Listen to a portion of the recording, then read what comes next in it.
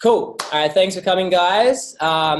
So before we get started, I do want to get interactive because I know what happens a lot in these calls is we do start texting, not really listening, or we, end up, we sort of we trick ourselves into thinking. So whenever I say, does that make sense? I do want you guys to put your hands up. This is not me being like, praise Blake. It is actually a thing to open your body up to accepting the information. Because what's going to go through this talk, this was something that I learned from Kerwin. Anyone who doesn't know him, really successful business entrepreneur. He also is a motivational speaker. He has his own K2 Elite, which is a group for elite people in business. So, like to put it into perspective, how valuable his knowledge is, to be in his elite team every year is $55,000 a year. So it's pretty good. Anyway, let's see. Share screen before I do. Cool.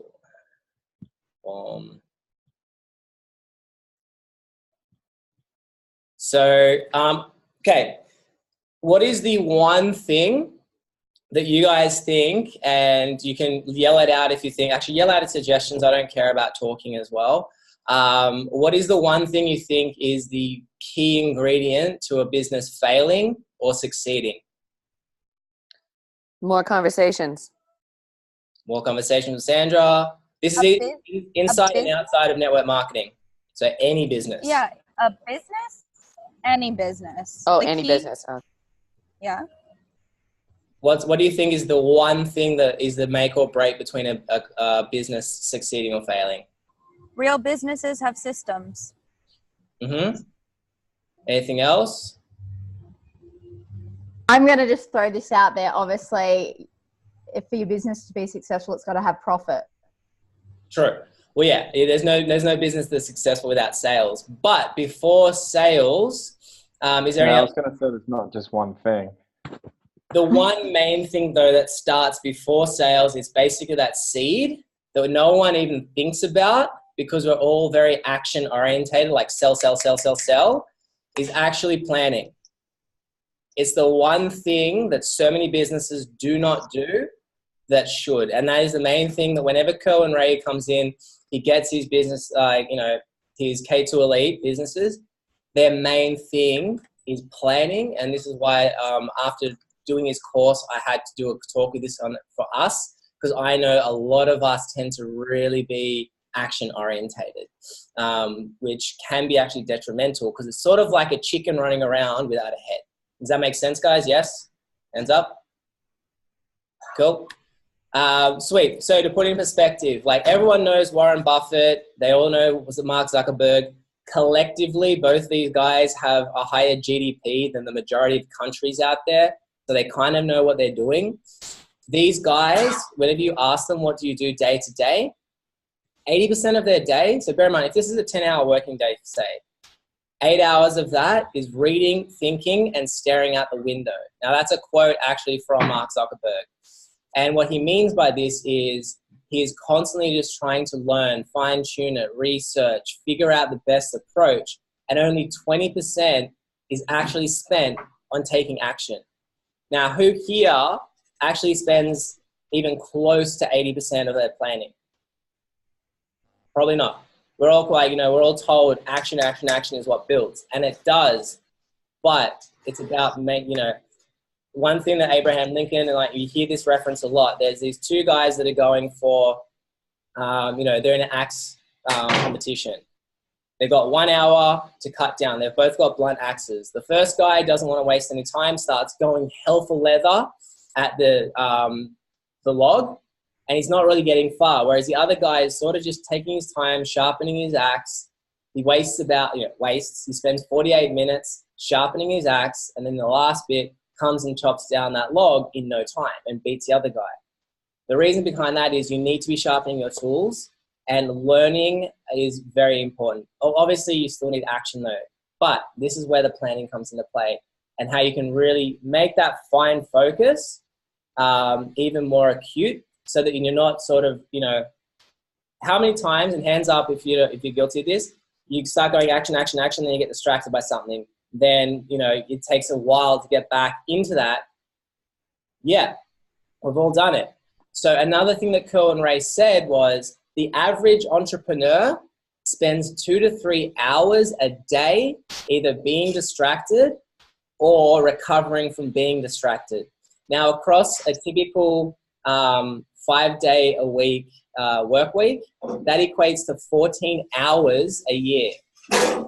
Is that, hold on a second, guys. Sorry, David. Sorry, I'll clean it later. So I just got to do this there. Sorry.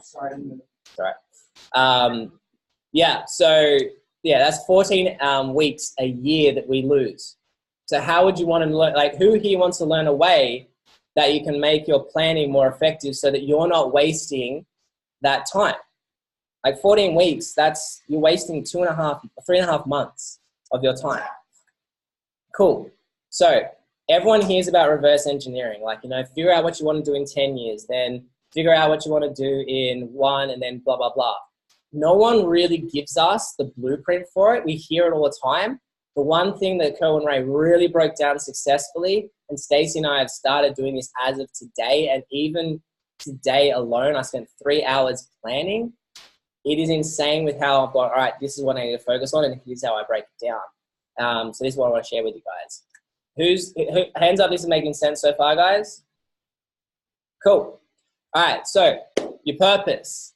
Purpose is your lifetime thing. Like, what is your ultimate thing? So this doesn't have to just be within network marketing. This is like you as a being. So, you know, someone like The Rock. The Rock has 1 million different businesses, but his underlying thing is, you know, he wants to be the biggest name in the world and impact positively the most amount of people. That's his purpose. His purpose isn't to be an actor. Like, that's one facet of it. So your purpose is, what do you want to achieve? Who do you want to impact? And how do you want to be remembered? You know, we hear all the time, like legacy. How many people do you want to have at your funeral? All these sort of things. And you really need to be honest with it. One thing to really keep in mind though as well, guys, you can't be successful. You can't be remembered. You can't have an impact unless your goal is outwards of yourself. So Kerwin Ray, for example, his purpose is to be an industry leader in helping businesses grow and flourish. And, you know, so he's impacting someone in a positive way. An example, I guess, is Isogenics one. So they call it their vision. He calls it a purpose. Same thing, different name. You know, their one is to impact the world's health and free people from physical and financial pain, and in the process create the largest health and wellness company in the world. As you can see, like, can you see with that, guys, that they're impacting, it's very direct. Like, you can see how they want to impact the two big things, health and wealth. They want to impact the most amount of people, and in return, obviously that comes back that they've created the biggest company in the world. You know, like, so they're helping others to also help themselves, which is a great and beautiful thing. So hands up who's ever sort of sat down and spent time on their purpose. Cool. Beautiful. Great. Now, so that's your purpose. That's your life thing. The next one down from that is your 10-year goal. And everyone's heard of 10-year goals before. It doesn't have to be this huge thing in terms of, I think people have an extraordinary pressure on themselves with what they have to achieve in 10 years. But the point of it is to have this big, so BHAG stands for big, hairy, audacious goal. Where do you want to see yourself in 10 years' time? Have it big, have it hairy, have audacious, because what's going to happen from there is you then, again, reverse engineer it to get those steps. And one example that comes to mind is everyone wants to make, Kerwin Ray used the example, everyone wants to make $1 million a year. One way he changed was, he goes, what if your goal was to make $10 million in 10 years? So he goes, because what will happen is, like anyone knows with any business, Isogenics, conventional businesses, if you're doing it right, your revenue, I don't know if this is reversed or not, but it starts low, then it goes like that. The problem is everyone expects it to be like this. And so they want to make $1 million in year one, $1 million in year two, and like that.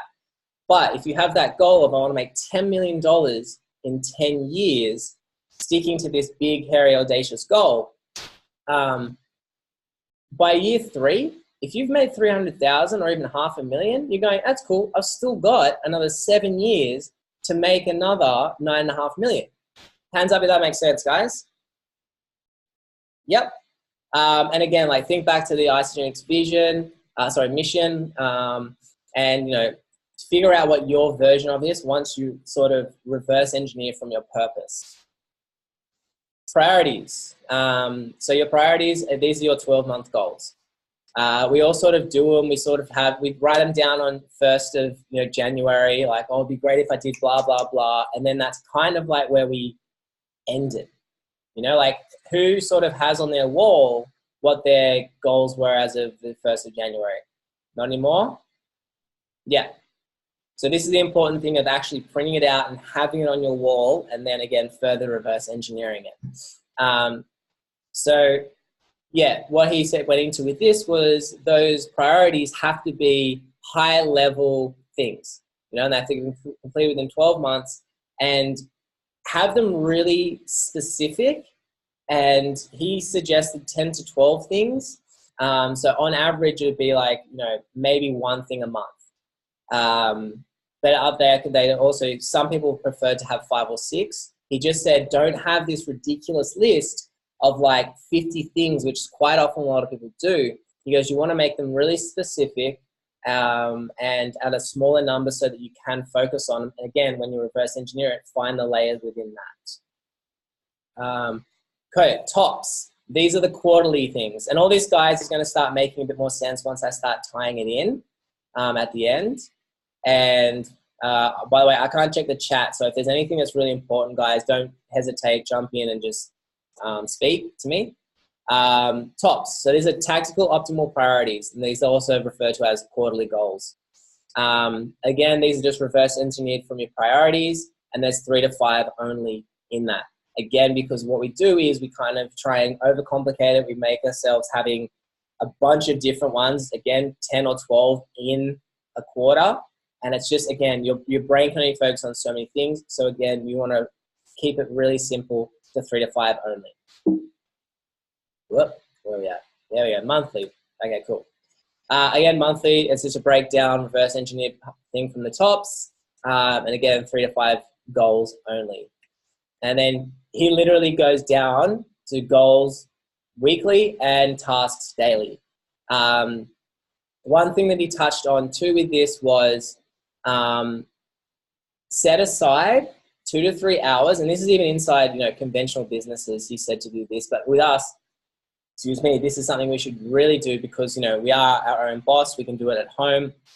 Have 2 to 3 hours a day if you can. If it's just 1 hour at the moment for you guys, that's fine too. But have 2 to 3 hours a day of do not talk to me time.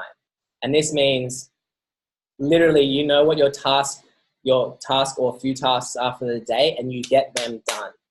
He goes, you just turn off your phone, you turn everything off, Nat's got something where you can't see her feeds, like she can't see her Facebook feeds, so she doesn't get distracted. Again, you don't want to have those 2 to 3 hours distracted time, guys. Make it really succinct. And again, these bullet points will give you that guidance. So you're like, all right, tick, done that first task. All right, tick, done that second task, and then you're done for the day. And action and learning. So this is another addition from what Jen Schultz said.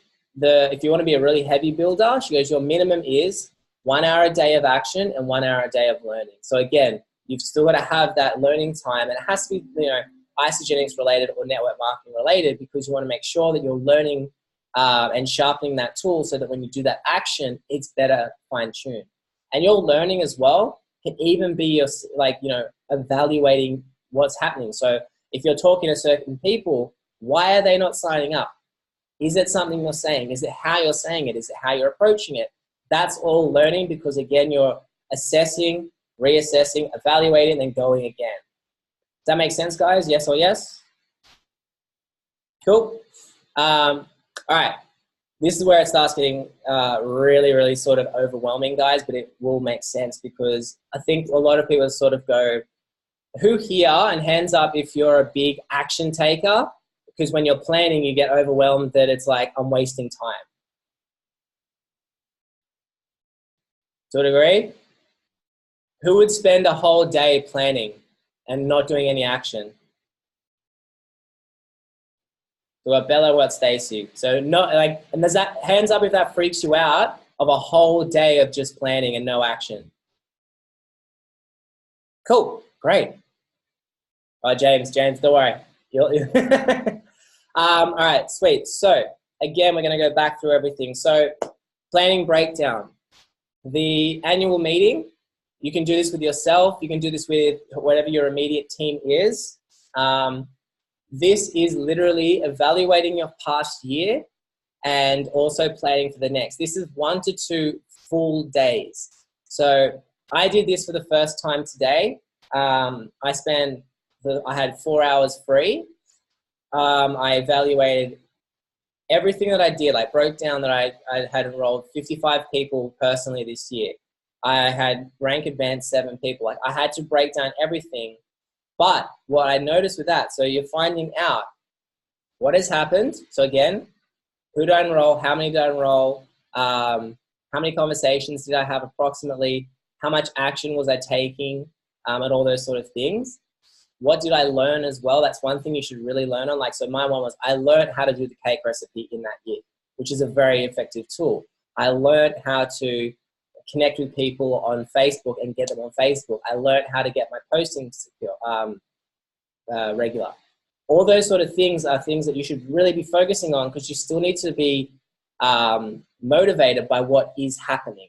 Quite often we get stuck in this rut of just beating ourselves up that about what we are not doing and forgetting to look at what we are doing.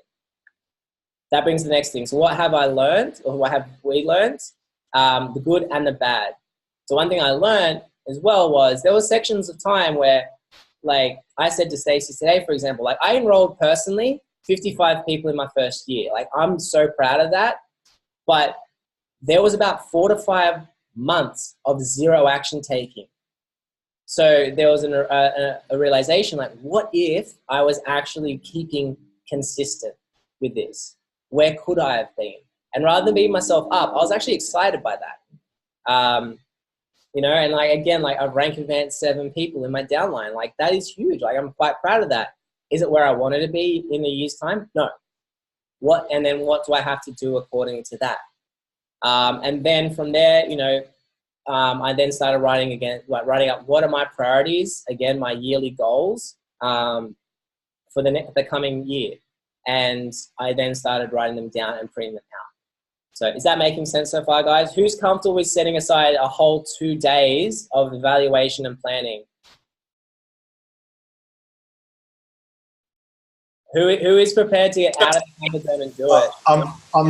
I'm not looking forward to it, but I'll do it. Yeah. Once you start doing it, you'll start being like, holy crap, I can see how this is going to make me really on the straight and narrow. Because again, I'm guessing no one wants to waste 14 weeks of next year when they could be like, you could be using that 14, like even 7 weeks of that for enjoyment. And then 7, like, you know, and then you had 7 weeks of more work. So you've upped your life in both areas. Now the tops, the quarterly breakdown. This is 1 to 1.5 days, full days. And again, same principle. You're looking at what happened, reviewing, asking. You can ask others and yourself. So this is also, again, like actually asking your team, where do you think I could have improved and where do you think I went well? So feedback is the most powerful thing, guys. Like, being open to feedback, welcoming it. It's something where you can learn from it.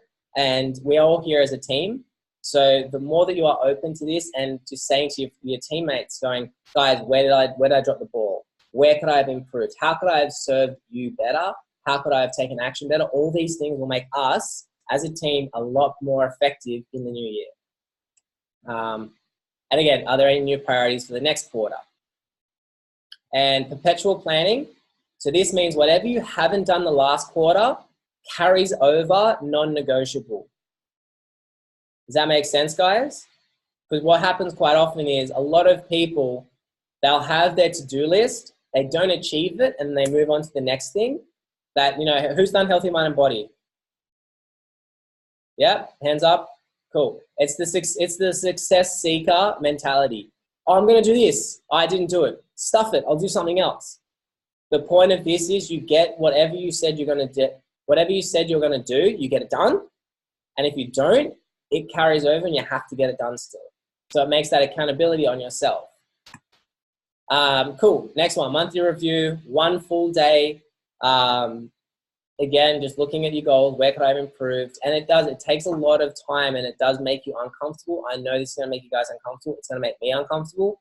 But it's about fine tuning that stuff. So a whole day, evaluation, same principles. What did I do well? Where could I have improved? What will I do for the next month?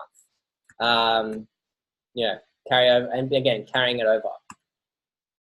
Weekly huddle. Now, this is something that I do with my team. It's up to you guys if you want to do it with yours. Every single week, I go, what are your tasks for this week? You have a few tasks. It doesn't take too long to cover it. They say, I've got X, Y, Z. And I go, all right, cool. But what it does is it creates a social pressure through transparency. And by this, it means it's like, I'm telling you guys, this is what I'm going to do. So when I come back to the next huddle, which is the next thing, like next week, and I go, these were the things that I said I was going to do. I didn't do them, or I did one, I didn't do the other, I did the next. It's embarrassing, and also it's not a bad embarrassment. It is, I want to make sure I keep to my word, and it's going to get things more effectively done rather than us sort of going, whatever.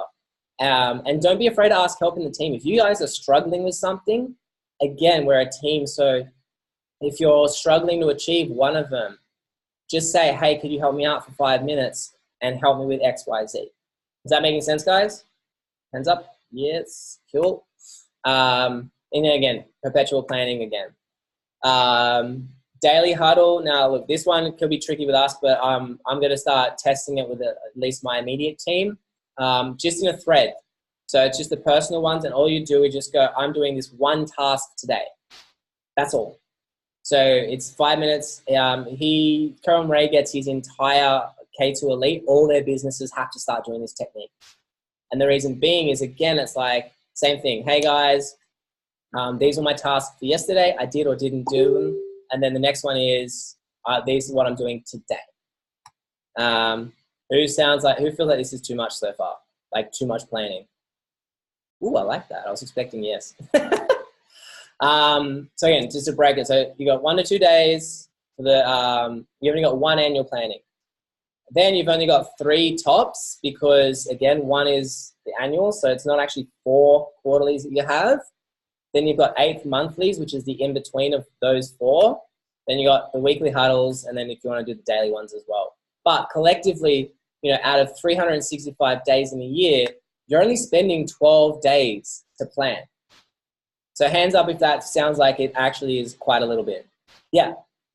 So once you sort of stick to this plan, guys, the way he broke it down, I was like, oh, okay, this needs to get done.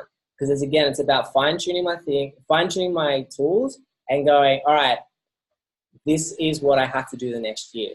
I'm doing one, so disclosure for this, I've got one for my Isogenics Reconnect and just personal.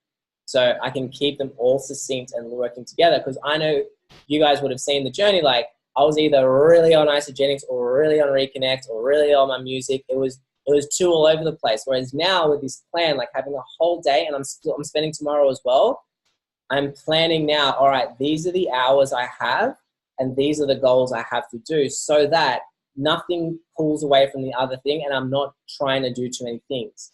So it's about that planning. It's making it a lot more, sharpened and effective for the whole team. Anyway, that was planning. I'm happy to write down a bit of a synopsis thing of that. But yeah, who had any questions or anything like that was sort of flying in the air? Nothing? Who's going to implement this? I think, like, for me, I need to rewatch that again just to absorb it. But I think you nailed it. Like one thing in Isogenics we all don't do, and that we definitely don't train on, is planning. And I think you nailed that presentation. Oh, thank you. I'm just gonna Yeah, I'm